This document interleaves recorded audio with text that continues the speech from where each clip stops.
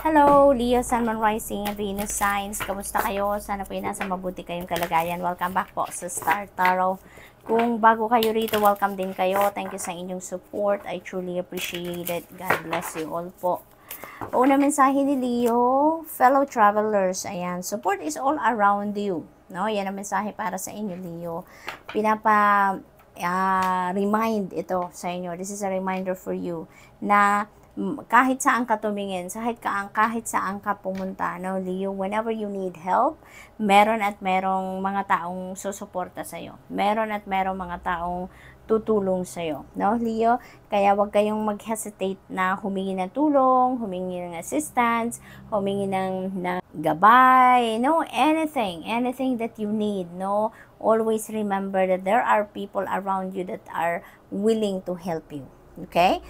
For others of you naman dito, Leo, siguro magta-travel kayo, no? Or maaaring nasa travel na kayo ngayon and maybe you are seeking for help.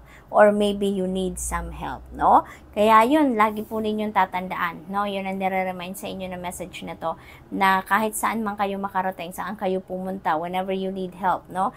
Always reach out to people around you dahil meron at meron makakatulong sa inyo sa anumang sitwasyon, okay? So, we also have passion and release, pleasure, passion and pleasure, savor your life, enjoy nyo lang, Leo, enjoy life to the fullest, no? Habang may pagkakataon, habang may opportunity kayo, na-enjoy ninyo ang lahat-lahat ng nandyan sa paligid ninyo, go for it, no? Go for it. Take advantage of every opportunity, no? Na meron kayo. So, what else? Far away places, get ready for new horizons. So, talaga, no? Very imminent dito yung yung energy ng travel, no? So, meron talaga kayong babiyahe in dito, may pupuntahan kayo malayo, no? Far away places. So, maybe this is an international travel, no? Maaring magko-cruise ang iba sa inyo, you're traveling over water, maaari din naman na by air din yan, no? Kasi malayo ang pupuntahan ninyo dito, no, Leo? So, good luck po at mag-iingat kayo. Tsaka ang travel na yan, it could be related to pasyal, that could be related din to trabaho, no? Maaring may overseas opportunity kayo dito na nakuha, no? Or maybe magmamigrate na ang iba sa inyo dito. So, good luck po.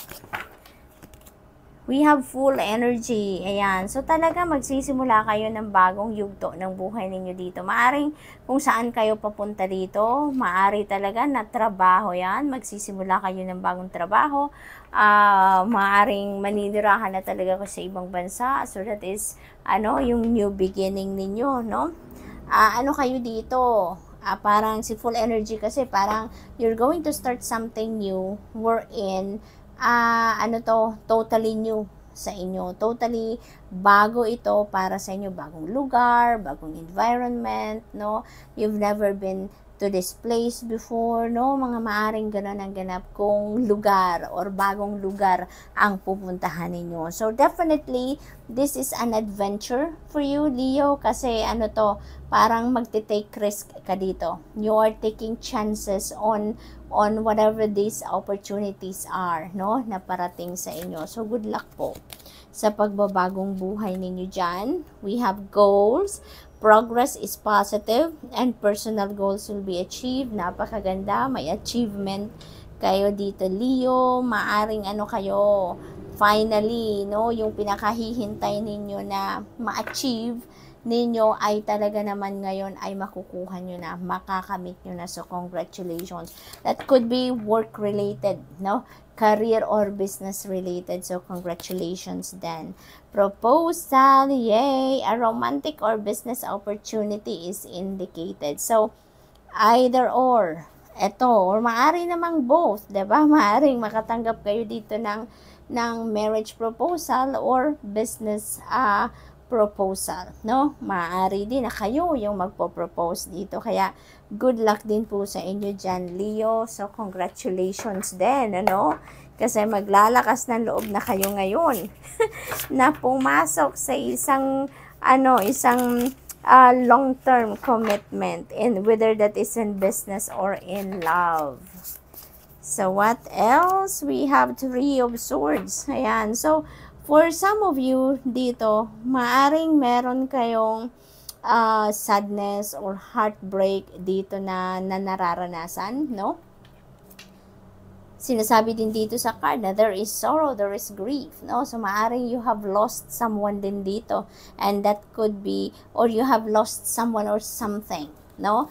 Dito sa buhay ninyo. So, maaring tao talaga yan, maaring naghiwalay dito ang iba sa inyo, Leo, but it feels like to me na maaring matagal na tong nangyari, no? Kasi wala nang fresh blood dito sa puso, no? Yung luha na to, maaring dahil siguro hanggang ngayon, maaring hindi pa kayo totally nakaka-move on sa sitwasyon na yan, or sa relationship na yan, o sa tao na yan na nakahiwalayan ninyo. So, maaring ganun ang ganap.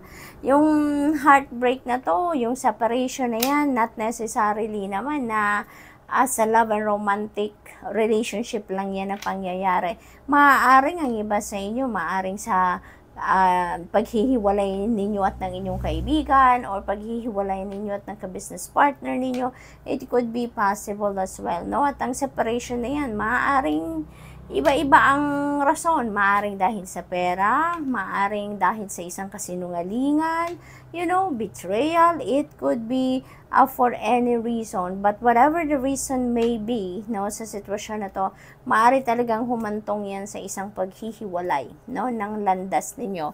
And maybe for so long, no, maaring talagang nagano kayo dito, nalungkot kayo ng sobra-sobra, no?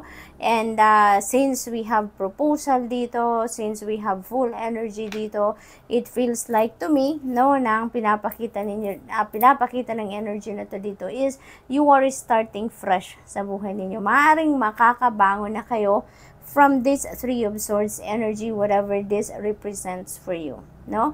Parang all this time, yung parang napagdaanan nyo na yung healing process, no? Nag-grieve na kayo, nag-sorrow, nakaramdam na kayo ng sorrow, ng pagbagsak ng, ano ninyo, nararamdaman ninyo, heartbreak, heartache, you know? Naranasan nyo na lahat yan, na-savor nyo na lahat yan, na na-honor ninyo na ang inyong mga emotions dyan. And ngayon, parang na dumaan na kayo sa healing process, and maybe you are getting up now. You are starting fresh na sa buhay ninyo, no? Maaring ito na yon, nalampasan nyo na to, and you are starting a new life, no? With this full energy. Maaring yung luha na to, that could be siguro luha ng pasasalamat, no? Maybe some of you are happy now that finally nakalampas na kayo sa sitwasyon na to, no? Finally na overcome nyo na to, kaya maaring tears of joy din yan, no? Kasi finally you're going to start afresh dito sa buhay ninyo. So that's really awesome. So what else? We have the Creator yan. This is a no answer. So kung meron kayong signs na hinihingi, confirmation, or you know, guidance, may question kayo, if it is a yes or a no, no? So, ang kasagutan sa inyo ng spirit is a no, no? Maaari din na meron kayong pagsasabihan ng no. Maaari din na kayo yung makaka-receive ng no answer from someone, no? So, posible din yan. We have Six of Swords. Ayan. So, teka lang po, Leo, no? Pinakita lang nila sa akin ng guides ko yung proposal, no? Dito, so siguro yung no na to is related to this proposal. Maaaring ang iba sa inyo is going to reject a proposal dito, whether that is in romance or in business. So, maaaring at this point, hindi pa malinaw sa isip ninyo kung anong isasagot ninyo, kaya siguro magno-no muna kayo. So, maaaring ganun din ang ganap. So, we have Six of Swords. You are moving on with your life. So, this could be related pa rin dito sa Three of Swords energy. Kasi, finally, diba, handa na kayo magsimulang muli. We have the full energy dito, which is a new beginning. And Six of Swords also, there is a new beginning energy din dito because you are moving on na dito, no? You are starting fresh sa buhay ninyo dito. So, definitely, this is related to this one na ano na kayo, magbabagong buhay na kayo.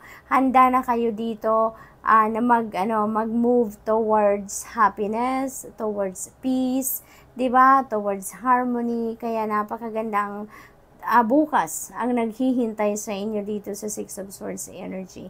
Papunta na kayo sa kung saan man kayo mas makakaramdam ng tranquility, ng serenity, ng joy. You know, you are starting anew sa buhay ninyo dito. So, this is really beautiful energy kasi finally, no, Leo, papunta na kayo sa pagiging ninyo, masayang muli. So, babangon na talaga kayo dito. So, good luck po.